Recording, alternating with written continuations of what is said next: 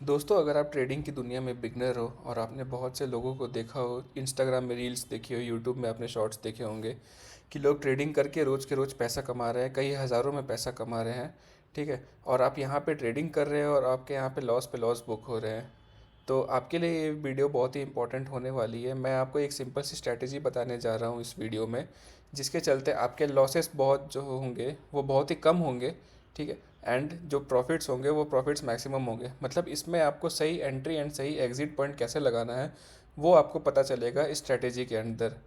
तो इस स्ट्रैटेजी में हम लोग किस किस चीज़ों का यूज़ करेंगे, क्या क्या बेसिक फंडामेंटल्स आपको पता होने चाहिए, तो वो सब चीज़ों का हम डिस्कशन करेंगे इस वीडियो में। तो वीडियो को लंबा ना करते हुए चलिए हम लोग शुरू करते हैं।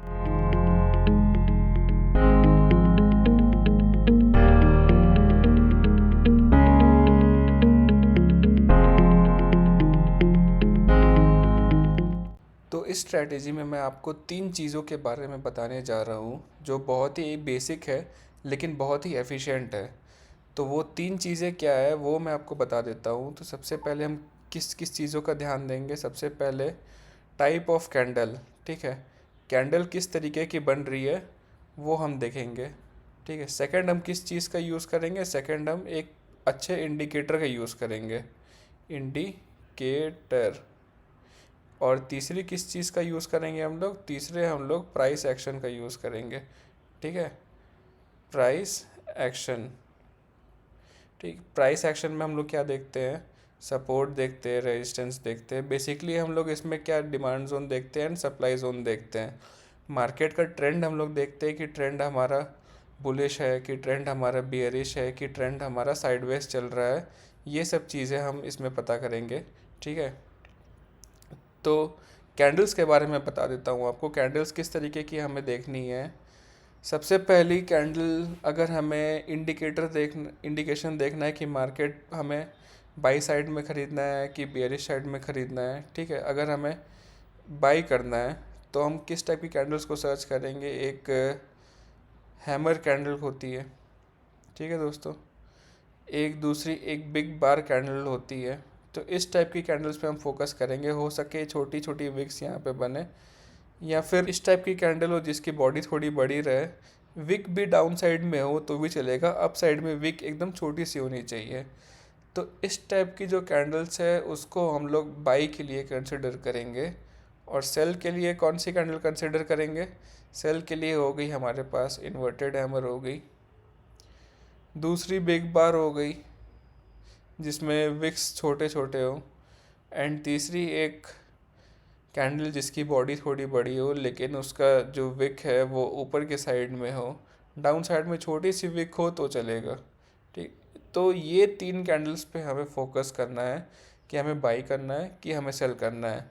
ये कंडीशन डिपेंड करती है कि हमारा मार्केट का ट्रेंड बुलिश है, बुलिश कहने का मतलब कि मार्केट अप साइड को मूव कर रहा है, या फिर बियरिश है। इन चीज़ों का यूज़ हम साइडवेज मार्केट में भी कर सकते हैं लेकिन साइडवेज मार्केट में थोड़ा रिस्की होता है। किन कैंडल्स को हमें अवॉइड करना है तो वो मैं बताता हूँ आपको। सबसे पहले होती है ये डोजी कैंडल। डोजी कैंडल कहने का मतलब कि बॉडी काफ़ी छोटी सी रहती है और विक इसमें लंबी रहती है। ठीक है। या फिर लॉन्ग डोजी भी कह सकते हो आप, जिसकी विक बहुत ज़्यादा बड़ी हो, या फिर दो डोजी अगर कैंडल्स एक साथ बन रही है। ठीक है। एक साथ अगर दो डोजी कैंडल बनी है तो इस केस में भी हमें मार्केट को कंसिडर नहीं करना है। तो ये हो गई हमारी कैंडल्स की बात। सेकंड हमने बात की थी, सेकंड हम इंडिकेटर यूज़ करने वाले हैं। तो इंडिकेटर कौन से यूज़ करने वाले हैं, वो है इंडिकेटर 9EMA। आपने मेरी पहली वीडियो भी देखी होगी स्कैल्पिंग वाली भी, उसमें मैं इस इंडिकेटर का यूज़ करता हूँ। और ये जो इंडिकेटर है बहुत सारे ट्रेडर्स के पास आपने देखा होगा कि यही वो इंडिकेटर है जो बहुत सारे ट्रेडर्स भी यूज़ करते हैं। यहाँ पे आपने चेक किया होगा कि इंडिकेटर्स बहुत सारे होते हैं। इंडिकेटर्स आप चेक करोगे यहाँ कितने सारे इंडिकेटर्स की लिस्ट दिखेगी आपको। लेकिन आप अगर आपने किसी एक इंडिकेटर पे भी मास्टर कर लिया तो, और वही स्ट्रैटेजी आपकी उसमें मास्टर कर लिया आपने, तो वही स्ट्रैटेजी आपकी काफ़ी लॉन्ग टर्म तक चलेगी और काफ़ी लंबे समय तक आपको हमेशा प्रॉफिट करके देगी। ठीक है। तीसरी चीज़ इस टॉपिक पे मैंने पहले भी वीडियो बनाई हुई है। हम प्राइस एक्शन पे वर्क करेंगे। प्राइस एक्शन एक बहुत इंपॉर्टेंट रोल प्ले करता है कि हम मार्केट में कब एंट्री लेते हैं, कब हम एग्ज़िट लेते हैं इस पे। तो प्राइस एक्शन हमेशा बहुत इंपॉर्टेंट रोल प्ले करता है। इसके लिए मैंने एक डेडिकेटेड वीडियो बनाई हुई है, आप मेरे यूट्यूब पे जाके चेक कर सकते हैं। सप्लाई एंड डिमांड के नाम से वीडियो है, ठीक है। कौन से जोन को सप्लाई जोन बोलते हैं, कौन से जोन को डिमांड जोन बोलते हैं, या फिर रेजिस्टेंस या फिर सपोर्ट आप कह लो, अलग अलग टर्म्स है। तो इसके लिए आपको अगर डेडिकेटेड वीडियो देखनी है तो वो मेरे चैनल पे ऑलरेडी मेंशन्ड है। तो इन सारी चीज़ों को हम कैसे यूज़ करेंगे इस वीडियो में कि हम एक परफेक्ट ट्रेड ले सकें, चलिए हम लोग आगे इसमें देखते हैं। तो दोस्तों हम ये देख सकते हैं कि मैंने निफ्टी का मार्केट खोल के रखा हुआ है। ज़रूरी नहीं है ये निफ्टी का मार्केट हो, ये किसी का भी मार्केट आप ले सकते हैं। ये तो मैंने इंडेक्स का लिया है, आप किसी भी स्टॉक का मार्केट ले सकते हैं, चाहे HDFC हो, रिलायंस हो, SBI हो, किसी भी स्टॉक का आप मार्केट ले सकते हैं। जो भी NSE BSE पे लिस्टेड है, ये स्ट्रैटेजी जो है सब चीज़ पे वैलिड है, सब चीज़ पे वर्क करती है। तो सबसे पहले हमें क्या करना है कि हमें इंडिकेटर लगाना है। इंडिकेटर हमें किस टाइम फ्रेम पे लगाना है वो हम डेली टाइम फ्रेम पे देखेंगे। डेली टाइम फ्रेम जैसे मैंने यहाँ पे 1 डे का लगा लिया। और इंडिकेटर कौन सा लगाना है, आप इंडिकेटर पे जाओ और सर्च करो आप EMA। आप देख सकते हो सबसे पहले मूविंग एवरेज एक्सपोनेंशियल यहाँ पे आ गया है, तो मैं इसको क्लिक कर देता हूँ। EMA यहाँ 9 EMA मेरा लग चुका है। 9 EMA कहने का मतलब क्या होता है कि ये जो पिछले 9 कैंडल्स है, 9 कैंडल्स का जो एवरेज है वो उस पर्टिकुलर पॉइंट को दिखाता है कि पिछले 9 कैंडल्स ने वो एवरेज कहाँ पे बनाया हुआ है। तो ये सबसे अच्छा वर्क करता है।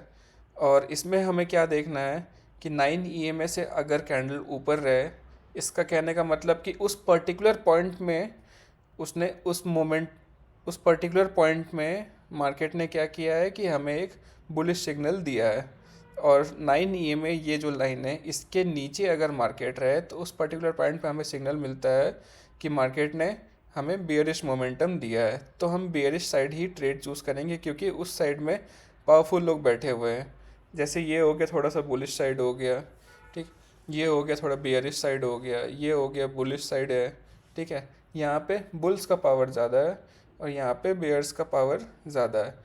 तो 9 EMA से हमें एक ये अंदाज़ा मिल जाता है। दूसरा हम क्या देखते हैं, दूसरे हम कैंडल्स की बिहेवियर देखते हैं और तीसरा प्राइस एक्शन देखते हैं।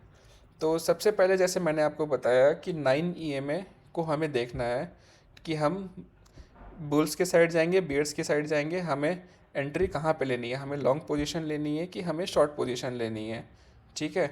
तो हमें सबसे पहले देखना है कि कैंडल ने ये जो 9 EMA की लाइन है इसके नीचे क्लोजिंग दी है या फिर इसके ऊपर क्लोजिंग दी है। सपोज़ करता हूँ कि जैसे डेली टाइम फ्रेम में मैं ये कैंडल को देख रहा हूँ, ये कैंडल को देखा, उससे पहले क्या कैंडल बनी थी, ग्रीन कैंडल बनी थी, ठीक है। ग्रीन कैंडल के बाद हमें क्या देखना चाहिए कि मार्केट ऊपर को जाना चाहिए, ठीक है। लेकिन मार्केट यहाँ से ऊपर को गया नहीं, मार्केट यहाँ से क्या किया कि इस ब्लू लाइन को टच करके, इस 9 EMA वाले लाइन को टच करके वापस से नीचे आता है। तो ये कौन सी डेट का मार्केट है, जैसे 21 अक्टूबर का मार्केट है। तो हम 22 अक्टूबर वाले मार्केट में हमेशा सेल साइड की ट्रेड देखेंगे। क्योंकि क्यों सेल देखेंगे हम, क्योंकि ये 9 EMA वाली जो लाइन है इसके नीचे है, ठीक है। इसलिए हम सेल साइड की ट्रेड को फाइंड आउट ही करेंगे। अब ट्रेड फाइंड आउट कैसे करेंगे, उसके लिए हमें जाना पड़ेगा 22 अक्टूबर के 5 मिनट वाले टाइम फ्रेम पे। तो मैं 5 मिनट को यहाँ से ओपन कर लेता हूँ, ठीक है। और 5 मिनट में आप इस जगह पे जाके 22 अक्टूबर आप सेलेक्ट कर लो। 22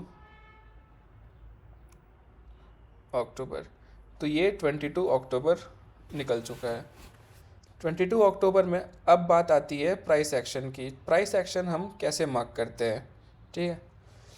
अब उससे एक दिन पहले का मार्केट आप देखो, इस पोजीशन से लेके इस पोजीशन से तक, ठीक है, ये उससे 21 अक्टूबर का मार्केट खुला था। तो यहाँ पे हम क्या करते हैं, यहाँ पे मार्केट के हाई लो को तो आप मार्क करोगे ही। जैसे मार्केट खुला था इधर, ठीक है, ये इसका हाई हो गया था मार्केट का, ये मार्केट का लो था, ठीक है। तो ये मार्केट के हाई एंड लो मैंने मार्क कर लिए। फिर आप देखो कि यहाँ से सपोर्ट एंड रेजिस्टेंस वर्क कैसे कर रहा है, प्राइस एक्शन वर्क कैसे कर रहा है। तो आप इधर देखोगे कि ये जो एक पोजीशन है, यहाँ से मार्केट थोड़ा फॉल हुआ, ऊपर से नीचे आया, तो यहाँ से मार्केट ऊपर को गया, ऊपर को गया, फिर यहाँ से फॉल हुआ, फिर फॉल होते होते वापस से इस नीचे पॉइंट को इसने टच किया, ठीक। फिर मार्केट यहाँ से ऊपर को गया, तो ये पोजीशन से वापस नीचे गिरा, थोड़ा सा नीचे गिरा, फिर वापस को ऊपर गया, फिर इस पोजीशन पे आया और यहाँ से वापस से एक सेलिंग आई। तो कहने का मतलब क्या हुआ कि ये जो पॉइंट है, ये पॉइंट हमारा as a demand zone work कर रहा है, डिमांड जोन, या फिर इसको आप सपोर्ट जोन कहो। ये पॉइंट हमारा सपोर्ट या एज अ डिमांड वर्क कर रहा है कि इसके नीचे मार्केट हो सकता है कि नहीं जाए। और ये जो ऊपर के पॉइंट्स है, ठीक है, ये हमारे सप्लाई जोन की तरह वर्क कर रहे हैं। तो यहाँ पे आप अगर लाइन खींचोगे, ये सप्लाई जोन हो गया, या फिर इसको रेजिस्टेंस कह सकते हो, रेजिस्टेंस या सप्लाई जोन, ठीक है। तो इसको मैं मार्क कर लेता हूँ, ये एक है डाउन में, ये एक है, ठीक है। अब मार्केट हमारा खुलता है नेक्स्ट डे, इस लाइन से आप देखो, अब मार्केट हमारा खुलता है 22 को। तो 22 को हमें एंट्री कैसे लेनी है, जैसे 9 EMA के नीचे थी ये वाली लाइन, 9 EMA ऊपर से जा रही थी डेली टाइम फ्रेम में, तो हमें क्या करना था, सबसे पहले इंडिकेशन में था सेल साइड में, तो सेल साइड में हमें ट्रेड लेनी है, ठीक है। तो अब ट्रेड कहाँ पे लेनी है वो चलिए हम लोग देखते हैं।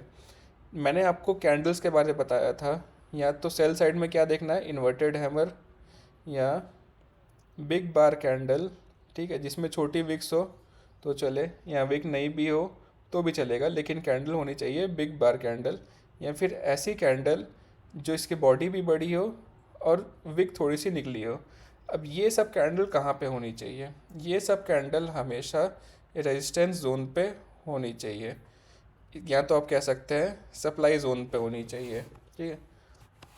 और दोस्तों दिन में ट्रेड्स कितनी लेनी, नंबर ऑफ ट्रेड्स कितनी होनी चाहिए, कोशिश करो कि आप 2 ट्रेड लो या 3 ट्रेड लो, ठीक है। 2 या 3 ट्रेड में आप मार्केट को ख़त्म कर दो, ठीक। रिस्क टू रिवॉर्ड रेशियो कितना होना चाहिए, R/R कितना होना चाहिए हमारा, 1:2 मिनिमम होना चाहिए। इससे ज़्यादा हो तो भी चलेगा, 1:3 भी हो वो बेटर वर्क करेगा, या फिर इससे ज़्यादा हो, लेकिन कोशिश करो कि 1:2 से आपका रिस्क टू रिवॉर्ड कभी कम ना हो, ठीक है। तो इस केस में मैं देखता हूँ, इस केस में मार्केट ने कैसे शो किया अपना बिहेवियर। सबसे पहले मार्केट खुला, यहाँ से थोड़ा बुलिश मूवमेंट शो किया, बुलिश मूवमेंट इतने एरिया में शो किया, लेकिन जैसे जैसे मार्केट ऊपर गया, ये हमारे सपोर्ट जोन पे, सप्लाई जोन पे ऊपर आ गया। जब सप्लाई जोन के पास पहुंच चुका, रेजिस्टेंस लाइन के पास पहुंच चुका, हमें तब इसका बिहेवियर देखना है कि बिहेवियर कैसा रहा। तो उस केस में हम देखते हैं कि मार्केट ने एक छोटी सी इन्वर्टेड हैमर कैंडल बनाई है। ये जो कैंडल होती है, ये सबसे बेस्ट होती है हमें देखने के लिए, ये सबसे बेस्ट इंडिकेशन देती है कि मार्केट डाउन साइड की ओर ही जाने वाला है। इसका कंफर्मेशन कैसे लेना है हमें, जैसे ये इन्वर्टेड हैमर कैंडल बनी, आप यहाँ पे ट्रेड की एंट्री लो, ठीक है। स्टॉप लॉस हमारा कौन सा होना चाहिए, स्टॉप लॉस जो कैंडल का जो हाई है, हाई पोजीशन है, बिल्कुल वहीं पे होना चाहिए, ठीक है। और इसके बाद 1:2 का आप टूल लगा सकते हो, शॉर्ट करने का टूल, शॉर्ट करने का टूल किधर से लगाना है, जैसे मैंने फेवरेट्स में मार्क करके रखा है, लॉन्ग पोजीशन, शॉर्ट पोजीशन, यहाँ पे हमने एंट्री ली, ठीक है। शॉर्ट पोजीशन हमने स्टॉप लॉस यहाँ पे लगा लिया। रिस्क टू रिवॉर्ड आप चेक कर सकते हो, अभी 3.26 लिख रहा है। टोटल हमें यहाँ पे कितना मिला था, टोटल हमें 1:5 का रेशियो मिला था रिस्क टू रिवॉर्ड का। ये काफ़ी अच्छी ट्रेड बनी थी, लेकिन जैसे मैंने बताया कि आप मिनिमम 1:2 भी रख सकते हो, 1:3 भी रख सकते हो। जो ट्रेड यहाँ पे चल रही थी, इसके अकॉर्डिंग हमारा डिमांड जोन यहाँ पे था, सब सपोर्ट जोन यहाँ पे था, तो आप यहाँ पे भी एग्जिट कर सकते थे, ठीक है। तो इस तरीके से आप अपने ट्रेड को प्लान कर सकते हो। यहाँ पे हमें 3.27 का ट्रेड मिला, जो कि एक काफ़ी अच्छा ट्रेड है हमें इंट्राडे ट्रेड के लिए। ये काफ़ी अच्छे प्रॉफिट्स दे सकता है। और कितने टाइम में हमें मिला, 1 2 3 मतलब 15 मिनट के अंदर आप प्रॉफिट बुक करके निकल सकते हो। अगर आपको आगे भी चलाना है इस पर, तो आप देख सकते हो कि मार्केट कितना लंबा गया हुआ है। दिन भर यहाँ पे सेलिंग का ही इसने दिया हुआ है इंडिकेशन, आगे तक सेलिंग की इंडिकेशन दी हुई है। आप अगर लंबा होल्ड कर सको, ठीक है, तो आप लंबा भी होल्ड कर सकते हो, लेकिन मिनिमम आप 1:2 या 1:3 पे आप निकल जाओ। ठीक।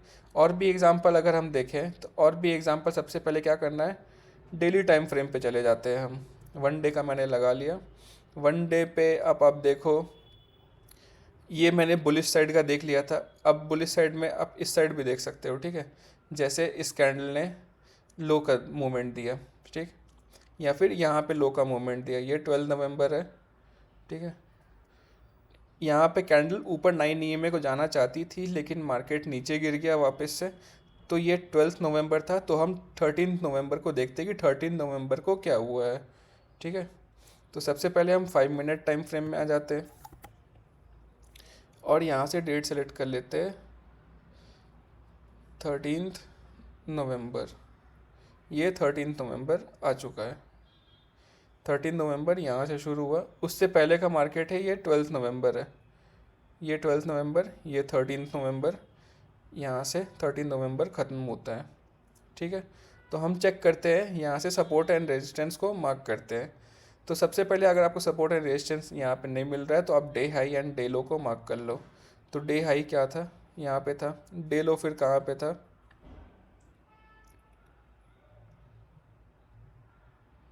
इनका डे लो यहाँ पे था। सो 12 नवंबर को मार्केट ने क्या किया, सबसे पहले नीचे आया, यहाँ से ऊपर को उठ गया। ऊपर को उठा, कहने का मतलब कि ये एक सपोर्ट इसने यहाँ पे क्रिएट किया। फिर ऊपर से जब नीचे आया तो एक रेजिस्टेंस यहाँ क्रिएट किया। ठीक, ऊपर से जब नीचे आया तो फिर इसी जोन से इसने थोड़ा सा अप साइड मूवमेंट दिया और साइड को पूरा कंसोलिडेट कर गया। ठीक है, इसने एक रेंज बना दिया यहाँ पे, आप चेक कर सकते हैं कि ये एक पूरी रेंज बनी हुई है। ठीक है, अब इस रेंज को जैसे इसने ब्रेकआउट किया तो कितने लंबे यहाँ पे सेलिंग की मूव आई थी। सेलिंग की मूव आप चेक कर सकते हैं कि कितनी बड़ी सेलिंग की मूव आई। नीचे आया, फिर मार्केट ने एक रेंज बना दिया, ये रेंज को जैसे ब्रेकआउट किया, फिर से एक डाउन साइड में सेलिंग की मूव आई। तो 12 नवंबर को मार्केट पूरा वन साइडेड था, दिन भर सेलिंग की मूव आते रही। सिमिलरली अगर हम देखें कि 13 नवंबर को, जैसे मैं बात करें 13 नवंबर में हम एंट्री एंड एग्जिट कैसे प्लान करेंगे। 13 नवंबर को मार्केट यहाँ पे खुला, ठीक है, मार्केट ऊपर से डाउन आया, नीचे से फिर ऊपर गया, तो ये एक जोन हो गया जहाँ से मार्केट ने टर्निंग पॉइंट लिया। ठीक है, तो ये क्या हो गया, एक सपोर्ट जोन हो गया। फिर मार्केट अप से डाउन नीचे को आया, ठीक, नीचे से फिर यहाँ पे कुछ देर इसने कंसोलिडेट किया। आप चेक कर सकते हैं इधर मार्केट ने कंसोलिडेट किया है या इधर। जब कंसोलिडेट किया मार्केट ने, तो इस मार्केट में हम चेक करेंगे कि मार्केट ब्रेक किस साइड को कर रहा है। ठीक है, क्या ये वापस से ऊपर अपने रेजिस्टेंस जोन के पास जा रहा है कि नहीं जा रहा है। ठीक है, या फिर मार्केट वहाँ से वापस को डाउन जा रहा है, गिर रहा है। तो आगे कुछ देर वेट करेंगे। यहाँ पे हमें ना तो एंट्री मिली ना ही एग्ज़िट मिले, क्योंकि ये पूरा साइडवेज जोन हो चुका था।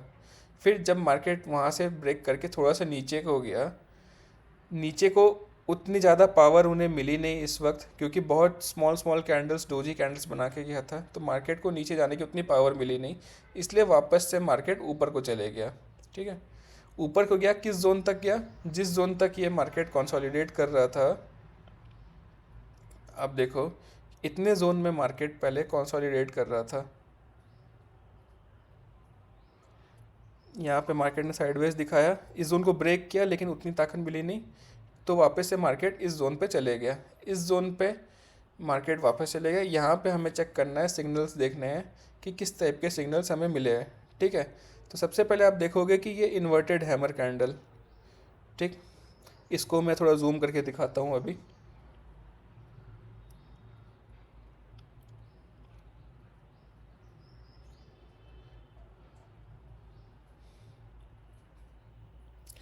आप चेक करो, यहाँ पे एक इन्वर्टेड हैमर कैंडल मिली है।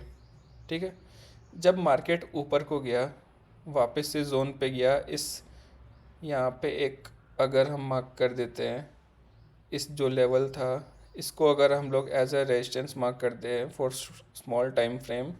ठीक है, तो इस जोन पे एक इन्वर्टेड हैमर कैंडल मिली। उससे पहले कौन सी कैंडल मिली, एक बड़ी बॉडी वाली कैंडल जिसकी विक ऊपर को साइड थी, डाउन की साइड में बहुत छोटी थी। तो इससे एक कंफर्मेशन तो हमें मिल गया कि मार्केट नीचे को आने वाला है। सेकंड कंफर्मेशन क्या मिला उसके बाद, एक इन्वर्टेड हैमर कैंडल बनी। इसका मतलब क्या है कि मार्केट इस जोन से जब ओपन हुआ यहाँ पे, ठीक है, मार्केट ऊपर को जाना चाहा, लेकिन वहाँ से लोगों ने यहाँ दबा दिया, वापस से मार्केट नीचे को ही आ गया और मार्केट यहाँ पे as a inverted hammer close किया। ठीक है, उसके बाद अगर हमें देखना है और कंफर्मेशन चाहिए तो एक उसके बाद वाली कैंडल आप और देखो, वो किस टाइप की कैंडल बनी है। वो एक लॉन्ग बॉडी कैंडल बनी है, ठीक है, जिसके विक ऊपर साइड है, नीचे साइड कुछ नहीं है। इसका मतलब सेलिंग प्रेशर यहाँ पे आ गया, ये हमें कंफर्मेशन देती है ट्रेड लेने के लिए। तो यहाँ पे अब एक शॉर्ट एंट्री प्लान करेंगे। मान लो हमने यहाँ पे भी एक एंट्री प्लान की, ठीक है, इसका स्टॉप लॉस हम कहाँ पे रखेंगे, जो इन्वर्टेड हैमर कैंडल है उसके हाई तक स्टॉप लॉस रखा और 1:2 का रिवॉर्ड रेशियो लेके हम यहाँ एग्जिट कर सकते हैं। 1:2 हमें इतने ऊपर ही मिल जाएगा। ठीक है, तो 1:2 यहाँ पे अभी हमारा प्रॉफिट हो गया एक ट्रेड पे। ठीक है, भले ये ट्रेड काफ़ी देरी के बाद आया मार्केट में, क्योंकि मार्केट बहुत देर तक साइडवेज रहा था इतनी देर तक, लेकिन एक एंट्री यहाँ पे परफेक्ट एंट्री आ गई है जिसमें आपके लॉस होने के चांसेस काफ़ी कम है। तो ये हो गया हमारा एक परफेक्ट ट्रेड। अब हम बात करते हैं, मैंने आपको सेल के साइड में कैसे ट्रेड लेनी है वो तो बता दिया। अब मैं आपको बताता हूँ कि अगर मार्केट अगर बुलिश रहे तो बुलिश साइड में कैसे ट्रेड लेनी है वो हम देखते हैं। तो पहले हम 1 डे के टाइम फ्रेम पे आते हैं। 1 डे के टाइम फ्रेम पे आ गए।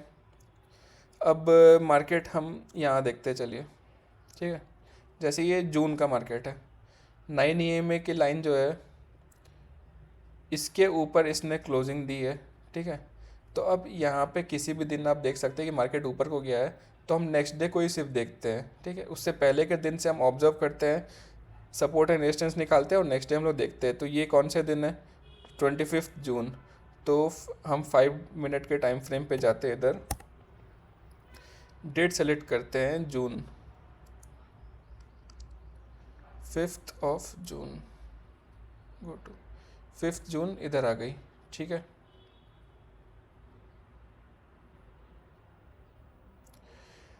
उससे पहले हम किस चीज़ को ऑब्जर्व करेंगे, 4 जून को। 4 जून क्यों ऑब्जर्व करेंगे, क्योंकि मैंने बताया था कि वो 9 EMA के ऊपर क्लोज हुई थी। तो नेक्स्ट डे हमें क्या देखना है, हमेशा बाई साइड के सिग्नल्स को देखना है। तो 4 जून को हम पहले ऑब्जर्व करते हैं। 4 जून कहाँ से स्टार्ट हुई है, यहाँ से स्टार्ट हुई है, यहाँ से लेके 5 जून इस साइड तक 4 जून स्टार्ट हुई है। ठीक है, तो यहाँ पे कैंडल्स के हाई और लो को पहले, डे के हाई और लो को पहले मैं मार्क कर लेता हूँ। पहला इधर हो गया, ठीक है, डे का लो यहाँ तक था।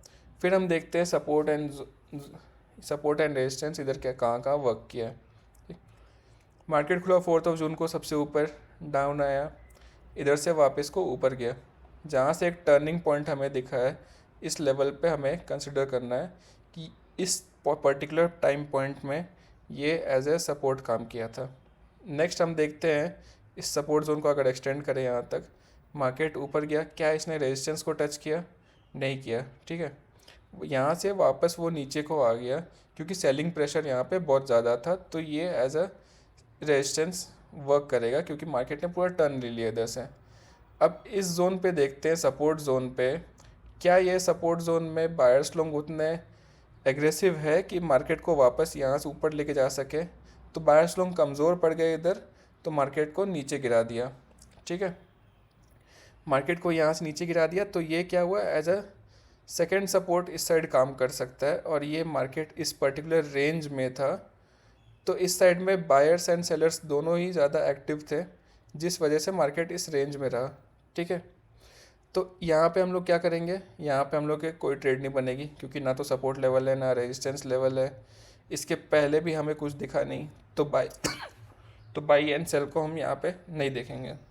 मार्केट नीचे आया, जब नीचे आया तो यहाँ मार्केट ने अच्छा खासा टर्न दिखाया, तो यहाँ से एक सपोर्ट जोन और हम मार्क करेंगे। पहला सपोर्ट जोन तो फेल हो गया क्योंकि इसने ब्रेकआउट दे दिया। जो लास्ट वाला सपोर्ट जोन है इसको ब्रेकआउट नहीं देने पाया, यहाँ से मार्केट ऊपर को गया। ठीक है, अब हम देखते हैं नेक्स्ट क्या है। नेक्स्ट मार्केट ने यहाँ से टर्न शो किया। ठीक है, तो ये एज ए रेजिस्टेंस वर्क करेगा। अब यहाँ पे दिन इधर ख़त्म हो जाता है 4th का, तो हम सपोर्ट एंड रेजिस्टेंस को इसमें मार्क कर लेते हैं। ठीक है, सबसे पहले कौन से पास वाले सपोर्ट हुए, एक ये हो गया, ठीक, दूसरा ये हो गया। हमने पहले दिन क्या ऑब्जर्व किया था, हमें बाई के सिग्नल्स सर्च करने हैं, ठीक है, एक ये था हमारा। मार्केट अब खुलता है 5th को ये कैंडल के साथ, आप देखते हो थोड़ा सा गैप अप खुलता है तो ये कैंडल के साथ 5th को मार्केट खुलता है। तो इस लेवल को एक इम्पॉर्टेंट एरिया हम लोग मार्क कर सकते हैं, क्योंकि इस लेवल के मार्केट ऊपर नहीं गया था 5th को, इस लेवल से मार्केट डाउन साइड गिरा था, ठीक है। मार्केट डाउन साइड को नीचे आया, क्या इसने प्रीवियस के सपोर्ट जोन को यहाँ पे वर्क किया? जी हाँ, यहाँ पे आप देख सकते हैं कि प्रीवियस सपोर्ट जोन को इसने पूरा का पूरा वर्क किया है, क्योंकि यहीं से मार्केट फिर ऊपर गया है। फिर नीचे आते हैं हम, ठीक है, नीचे आते हैं तो ये जो एक हमारा सपोर्ट जोन बना हुआ है, इस पे हम कैंडल के बिहेवियर को देखेंगे कि कैसे कैंडल का बिहेवियर वर्क कर रहा है। तो सबसे पहले आप देखते हैं कि इस जोन के पास हमें सिग्नल्स कैसे मिल रहे हैं। सबसे पहले देखोगे आप इन्वर्टेड हैमर कैंडल बनी है इधर, ठीक है। अब ये पर्टिकुलर इन्वर्टेड हैमर कैंडल है, तो इस पर्टिकुलर इन्वर्टेड हैमर कैंडल पे हम एंट्री नहीं करेंगे। क्यों नहीं एंट्री करेंगे? क्योंकि जो पहला सपोर्ट जोन था वो थोड़ा सा नीचे था और ये इसके ऊपर बन चुकी है। आप यहाँ से सेकेंड ट्रेंड लाइन अगर ड्रॉ करो, उससे एक दिन पहले का लो यहाँ पे था, उससे पहले इधर का लो बना, तो आप इन दोनों पॉइंट्स को ज्वाइन कर दो, ठीक है। यहाँ से एक ट्रेंड लाइन इस टाइप की ड्रॉ कर दो, ठीक। तो ये एक ट्रेंड लाइन हो गई, ये भी एज अ सपोर्ट ही वर्क करती है। मार्केट ऐसे ही बिहेवियर शो करेगा दिन भर, ठीक है। तो क्या ये इन्वर्टेड हैमर से हमें घुसने का सिग्नल मिलता है? नहीं मिलता है, ठीक है। सिग्नल हमें कहाँ मिलता है? अगर ये नेक्स्ट कैंडल है, नेक्स्ट कैंडल अगर ये जो इन्वर्टेड हैमर की जो विक है, ये विक को क्रॉस कर रही है कि नहीं कर रही है। सपोज़ ये इन्वर्टेड हैमर कैंडल बनी और नेक्स्ट कैंडल यहाँ पे खुली है, ठीक है। तो हमें चेक करना है कि ये कैंडल इस विक के हाई को क्रॉस कर रही है कि नहीं कर रही है। अगर ये हाई को क्रॉस करती है तो हमें एंट्री बनानी है। एंट्री कब बनानी है? जब हाई को क्रॉस करके कम से कम 4-5 सेकंड ये ऊपर सस्टेन कर जाए, तब हम एंट्री ले सकते हैं अप साइड को, तो हमें ट्रेड एक सक्सेसफुल मिल जाएगा। तो इस केस में क्या हुआ कि इस केस में अगर हम लॉन्ग पोजीशन बनाएं, ठीक है, और सब यहाँ पे स्टॉप लॉस क्या रहेगा हमारा? स्टॉप लॉस इस जो कैंडल है, ये कैंडल का लो रहेगा, और हाई 1:2 का टारगेट आप निकाल सकते हो इधर बड़ी आसानी से, ठीक है। तो पहला टारगेट हमें इधर ही मिल जाता है, 1:2 काफ़ी अच्छे से मिल गया इधर, ठीक है। तो पहला ट्रेड सक्सेसफुल हो गया। सेकंड, आप अगर इसको लंबे टाइम के लिए भी कंसिडर करोगे तो लंबे टाइम में भी आप देखोगे कि कितना अच्छा रिस्क टू रिवॉर्ड रेशियो हमें इधर मिला है। मतलब 1:7 का रिस्क टू रिवॉर्ड रेशियो हमें मिला है अगर आप लॉन्ग टर्म तक इसको होल्ड करके रखते हो। और भी लॉन्ग टर्म तक अगर होल्ड करके रखते हो तो फुल डे वाइज आप देख सकते हो कि कितना अच्छा रिस्क टू रिवॉर्ड रेशियो मिला है। मतलब 1:11.88 का रिस्क टू रिवॉर्ड रेशियो आपको इधर मिल चुका है। तो इस तरीके से आप अपने ट्रेड्स को फाइंड आउट कर सकते हो, और कहाँ पे एंट्री लेनी है, कहाँ पे एग्ज़िट लेनी है, ये आपको अच्छे से समझ में आ जाएगा, ठीक है। तो आई होप कि आपको ये वीडियो काफ़ी हेल्पफुल दिखी होगी। अगर आपको ये वीडियो अच्छी लगी हो तो प्लीज़ इसको ज़रूर शेयर करें, आप अपने दोस्तों के साथ शेयर करें जो लोग इस ट्रेडिंग की दुनिया में नए हैं, ठीक है, और उनको एक अच्छा खासा एक स्ट्रैटेजी चाहिए जो काफ़ी वर्क करे, तो ये एक स्ट्रैटेजी पे वो लोग ध्यान दे सकते हैं। काफ़ी सिंपल स्ट्रैटेजी है, काफ़ी इफ़ेक्टिव स्ट्रैटेजी है, और हर जगह ये काम करती है। ये ज़रूरी नहीं है कि आप इसको सिर्फ इंडेक्स में देखो, आप इसको कहीं भी चेक कर सकते हो, ठीक है, चाहे वो स्टॉक्स हो चाहे इंडेक्स हो। आप वॉच लिस्ट में जितने भी यहाँ पे लगाओगे, ठीक है, जितने भी स्टॉक्स लगाओगे, ये सब जगह ये काम करेगी, ठीक है। तो अगर आपको ये वीडियो पसंद आई हो तो इसको लाइक शेयर एंड सब्सक्राइब ज़रूर करिएगा। और मेरी जो पिछली वीडियो है प्राइस एक्शन के रिगार्डिंग है, और जो फेयर वैल्यू गैप है उसके रिगार्डिंग है, ठीक है। अगर आपको उसमें और भी डिटेल्स चाहिए हो तो आप मुझे कमेंट में लिख के बताओ कि मुझे ये पॉइंट्स इसमें समझ में नहीं आए, प्लीज़ इसको इलेबोरेट करके बताओ, तो मैं नेक्स्ट वीडियो में उसको अच्छे से इलेबोरेट करके फिर से बताऊँगा। तो तब तक के लिए आप स्ट्रैटेजी पे वर्क करिए। स्ट्रैटेजी का बैक टेस्ट भी आप करके देख सकते हैं। मतलब 90% केसेस में मैंने देखा है कि 90% केसेस में ये स्ट्रैटेजी वर्क करती ही है। आप इसका बैक टेस्ट करके कहीं भी देख सकते हो, चाहे किसी पे भी देख सकते हो, स्टॉक्स में हो गया या इंडेक्स में हो गया। तो मैं चाहता हूँ कि आप बस मास्टर करो सिर्फ एक ही स्ट्रैटेजी में, एक स्ट्रैटेजी में को आप पकड़ के बैठ जाओ और एक स्ट्रैटेजी को आप एंड तक मास्टर करते रहो जब तक आप इसमें परफेक्ट ना हो जाओ, ठीक है। कोई भी एक स्ट्रैटेजी पकड़ लो और उसको एंड तक मास्टर करो। मैं ज़रूरी नहीं है कि स्ट्रैटेजीज़ तो बहुत सारी होती है, हज़ारों स्ट्रैटेजीज़ होती है, लेकिन मैं नहीं बोलूँगा कि आप 10-15 स्ट्रैटेजीज़ लगाओ, ठीक है, सब जगह दिमाग लगाओ। इससे क्या होगा कि आपको बहुत कन्फ्यूजन हो जाएगी मार्केट में, आप इतने ज़्यादा कंफ्यूज हो जाओगे कि एंट्री और एग्जिट लेने नहीं पाओगे। मेरे साथ भी यही होता था कि मैंने 10 तरीके की स्ट्रैटेजी सीख ली, ठीक है, और वहाँ पे मुझे एंट्री एंड एग्जिट पॉइंट फिर मिल लेने में बहुत कन्फ्यूजन हो गई। मैं हमेशा चाहता था कि अगर एक ट्रेंड लाइन मैंने मार्क की है तो मैं उसके ऊपर पॉइंट पे हमेशा जो रेजिस्टेंस लाइन है यहाँ पे हमेशा बाई कर लूँ, नीचे पॉइंट में मैं सेल कर लूँ। लेकिन जब मैंने 10 स्ट्रैटेजी सीख ली तो मेरा साथ दिक्कत क्या होती थी कि मैं ऊपर पॉइंट को छोड़ के बल्कि बीच पॉइंट में बाई करने लग गया, फिर वेट करने लग गया, काफ़ी कम मुझे प्रॉफिट्स मिलने लग गए इधर से नीचे तक, ठीक है। तो मेरे प्रॉफिट काफ़ी कम हो गए, लेकिन मैंने क्या किया, सब स्ट्रैटेजी को मैंने छोड़ दिया, साइड में रख दिया। सिर्फ इस स्ट्रैटेजी में मैं काम करता हूँ हमेशा, और इस स्ट्रैटेजी में हमेशा मुझे प्रॉफिट होता है। आपकी साइकोलॉजी पे डिपेंड करता है कि आप एंट्री कहाँ लेते हो, एग्जिट कहाँ लेते हो। बस आप एक स्ट्रैटेजी पकड़ो, उसमें मास्टर कर जाओ, ताकि आपको हमेशा प्रॉफिट होता रहे। तो आई होप कि आपको ये वीडियो अच्छे से समझ में आई होगी। अगर कोई भी कन्फ्यूजन रहता है तो आप मुझे कमेंट में लिख के बता दो, मैं उस पर एक डिटेल वीडियो आपको फिर से बना के दे दूँगा। तब तक के लिए मिलते हैं नेक्स्ट वीडियो में, और आप अच्छे से ट्रेडिंग करो एंड हैप्पी ट्रेडिंग।